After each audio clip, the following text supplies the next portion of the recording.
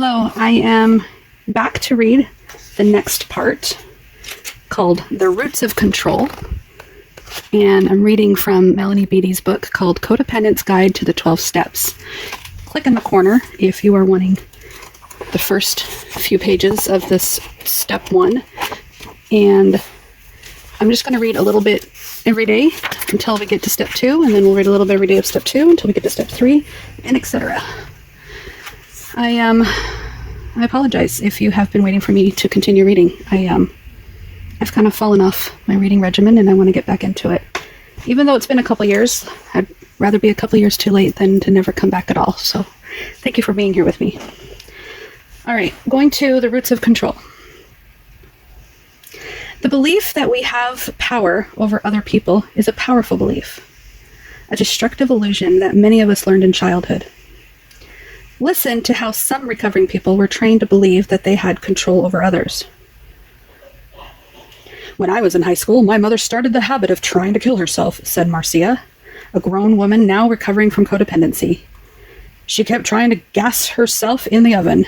I was terrified for her. Every day at school, I'd call her between classes. When she didn't answer the phone, I knew she was doing it again. I'd race home, turn off the oven, air out the house, put my mother to bed, and race back to school. At a young age, I learned that I had an enormous amount of power over people. I learned I had power over my mother's life or death. A twist to this story is that Marcia's mother also believed she was wielded. A twist to the story is that Marcia's mother also believed she wielded power over Marcia's life. When Marcia was 16, her mother parked her car on the railroad tracks on Easter Sunday morning. Then she waited for a train to hit her, which it did. That's awful. Marcia's mother escaped with only a few cuts and bruises, but she was committed to a mental institution for 4 years because of that suicide attempt. While Marcia's mother was in the hospital, she told Marcia that she wanted her, Marcia, to have a better life. So she was sending her to another city to live with her Uncle Charlie. Later on, when I was in college, my mother got out of the hospital. She told me that she never intended me to live with Uncle Charlie. She wanted me to live with her cousin Charlie. I laughed at the irony of control. To almost kill yourself so your child could have a better life, then find out that the child was sent to the wrong Charlie and had a horrible life because of it, Marcia said. Some of us were raised with more subtle, more equally powerful illusions about control. From the time I was a young child, about 3, my mother ingrained in me the idea that I made her miserable, said Jackie. I grew up honestly believing that I had this power over her. I also came to believe that I held the power to make her happy.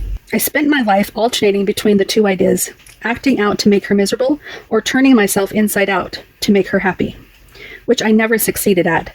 I felt guilty, trapped, and in bondage by both ideas.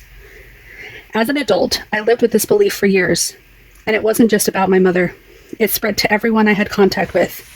I really just believed that I had the power to make people miserable, make them happy, make them feel.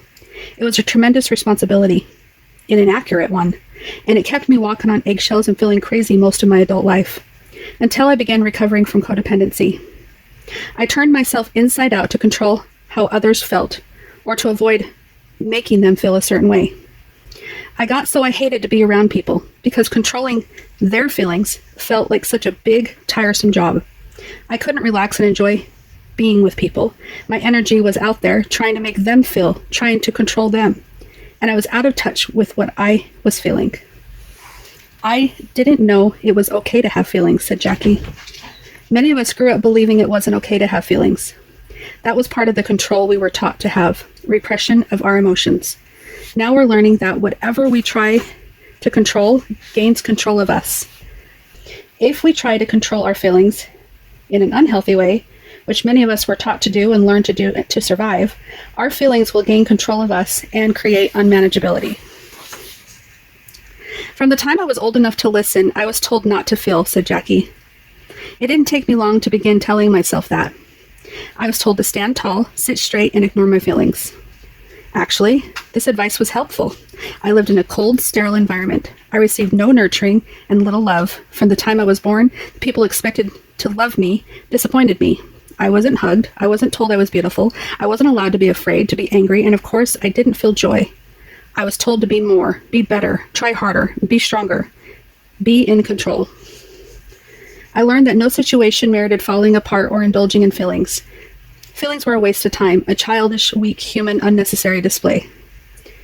By not feeling, I survived in this family. I survived life. And in short order, I learned to treat myself as I had been treated, neglecting, avoiding, criticizing, demeaning, and berating myself for having feelings, needs, for being human. Shedding off this part of myself made me strong, stronger than I knew. It helped me endure and survive the fact that my needs weren't being met. But my feelings, needs, and humanness caught up with me. That part of me refused to be ignored any longer. Now I've been recovering for a while. As I look back, I can see that although I didn't have... Let me try that again. As I look back, I can see that although I didn't feel my feelings because I didn't feel them, they and my unmet needs controlled me. They drove me, they propelled me. I lived in fear, and my responses to that fear was to try to control everyone and everything around me. Fear is the undercurrent, the force, for much of what we do. For that we call control. Control of others, ourselves, situations, circumstances, and timing. In this past year of attending Coda, said Jane, I got to see how terrified I've been all my life. All that time, I've lived through fear. Sometimes this fear is expressed in anger. I've been alone, disconnected from people most of my life, said Brad, whose father is an alcoholic. I was always lonely, stressed out, stretching too much. I couldn't make a relationship work. I think I was really angry for most of my life before recovery. Anger was my source of life energy. I didn't get angry, but it was an underflow that ran my life. For some, this undercurrent escalates into panic, sometimes terror of life, people, circumstances, ourselves, and our feelings. We don't know how to relax and detach. Some of us aren't aware of how afraid we are. I can now see how much fear I lived with most of my childhood and adult life. I didn't see or feel it at the time, but it controlled most of my actions. What I did was focus on others, caretaking, controlling, and obsessing about them. What I didn't do was take care of myself in a loving manner. Step 1 gives us permission to relax, stop controlling, deal with our fear, and take care of ourselves. Not being able to take care of ourselves with people gives them control over us. Just as many of us have learned well how to try to control others, we have also learned to allow them to control us. I was raised with the belief that I would be killed if I said no, said Marcia, who talked earlier about rescuing her mother from suicide attempts. I was raised Catholic. I was taught to honor my mother and father, and a great deal of fear was instilled in me about ever telling anyone no. From television, I learned that you follow people around and do for them. I learned the concept, love thy neighbor and forget thyself. I learned that if I did what was expected of me, I would be loved and taken care of. Sherry explains her version of codependency. I believe much of what I call codependency in my life is a result of feeling frightened, trapped, and stuck in relationships because I don't know how to take care of myself with people. When we love others too much, when we so desperately want and need what they have, whether that is acceptance, approval, love, or friendship, we may forfeit our ability to take care of ourselves with them, out of fear that we may not get what we need.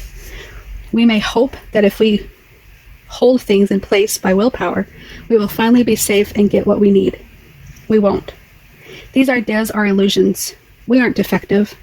Most of us have simply been doing what we learned, sometimes at a young age, protecting ourselves by trying to control others or by allowing others to control us. We grow up to be caretaking, controlling adults who have lost touch with a true and appropriate goal, loving and accepting ourselves and trusting the flow of life and goodness. We grow up to do codependent behaviors. It may be normal to want to control people and events and cut our losses, but it is not necessarily healthy. It's not good for us. It's not good for others. And we may be so shut off from ourselves that we barely notice until life comes tumbling down around us. Our lives become unmanageable. The first steps give us permission to stop controlling and taking care of others and begin taking care of ourselves. I was angry when I started attending Al-Anon and people told me I needed to start taking care of myself, said Joni. I have been taking care of myself and everyone around me all my life. That's not the kind of self-care we're talking about in recovery. The kind of self-care that accompanies recovery and these steps is gentler, more loving, more freeing, and more focused on tending to our own responsibilities. It's a healing, rejuvenating, renewing kind of self-care, one with room for feelings, needs, wants, desires, goals, plans, and lives of our own. Lives with meaning and purpose, one that makes sense. All right, so that's the end of that part. I'll read the next part tomorrow, which will be accepting powerlessness. And I like that these are short little parts to this chapter because it gives me time to marinate in its message. Something that I found very disturbing when I first started reading about Codependents Anonymous and Melody Beattie's book is the idea that we try to control others. It really bothered me when I first heard that. I really didn't think that I was trying to control other people. I didn't believe that that was I didn't identify with that. That wasn't how I saw myself. But I've been in Codependents Anonymous for a few years now, and I have come to accept that when I don't like a situation, I try to fix it. If somebody is unhappy with me, I try to make them happy. If something's not going my way, I try to make it my way. If somebody doesn't know what to say to me to make me feel better, I give them the words to say. If somebody doesn't know what to do to make the situation better, I give them a step-by-step on what to do to make things better. Now, I may not like to be told that I control people, but in essence, everything I just said is controlling behavior. It may be so subtle, it may be passive, it may be subconscious. I may not even realize that I'm trying to control the outcome. I may not be trying to control people, but I'm definitely trying to balance the marble on the plate ever so slightly so that I can control the outcome. And how do I do that? By talking to people, by begging people, by crying when I feel I should cry at this moment, or yelling when I feel like I should yell in this moment, or stonewalling and giving the silent treatment when I feel like that's going to get me the results that I'm looking for. I am a master manipulator that I even fooled myself into thinking that I was the victim. That's my story. That's my story, and how I didn't realize that my unmanageability was so deep-rooted that I was even fooling myself. And so if I'm getting honest with myself and I'm recognizing what my unmanageability looked like, it was twisting into a pretzel to make everything exactly how I wanted it so that I would be satisfied with me. If I did everything like this and that to all these people, then I would be satisfied with myself. And that's huge. That's a huge realization for me. So when I notice my desire to change things or to move things or to ask for things, or like when I notice that I'm doing the pretzel twist to get my way, I remember what I've learned in Codependents Anonymous, and I'm honest with myself, and I do my very best to communicate in an accountable way, and I'm direct. And I say, hey, this is what I would prefer, but I understand you are your own person and you may not want this, so let's talk about how we can compromise, or maybe I just don't get my way this time, and that's okay. I can learn how to cope when I don't have everything the way I thought I needed it to be. That's it for me. Thank you so much for listening. Thanks for reading with me. Stay tuned when I read the next chapter, or not the next chapter, the next part of chapter 1. And this will take a while, and that's okay. It's okay. Maybe click on the playlist in the corner if you want to start from the beginning. That might be helpful if you haven't already started from the beginning. All right, that's all for now. Thanks so much for listening. Bye-bye. Still she dreams of quiet streams and flight.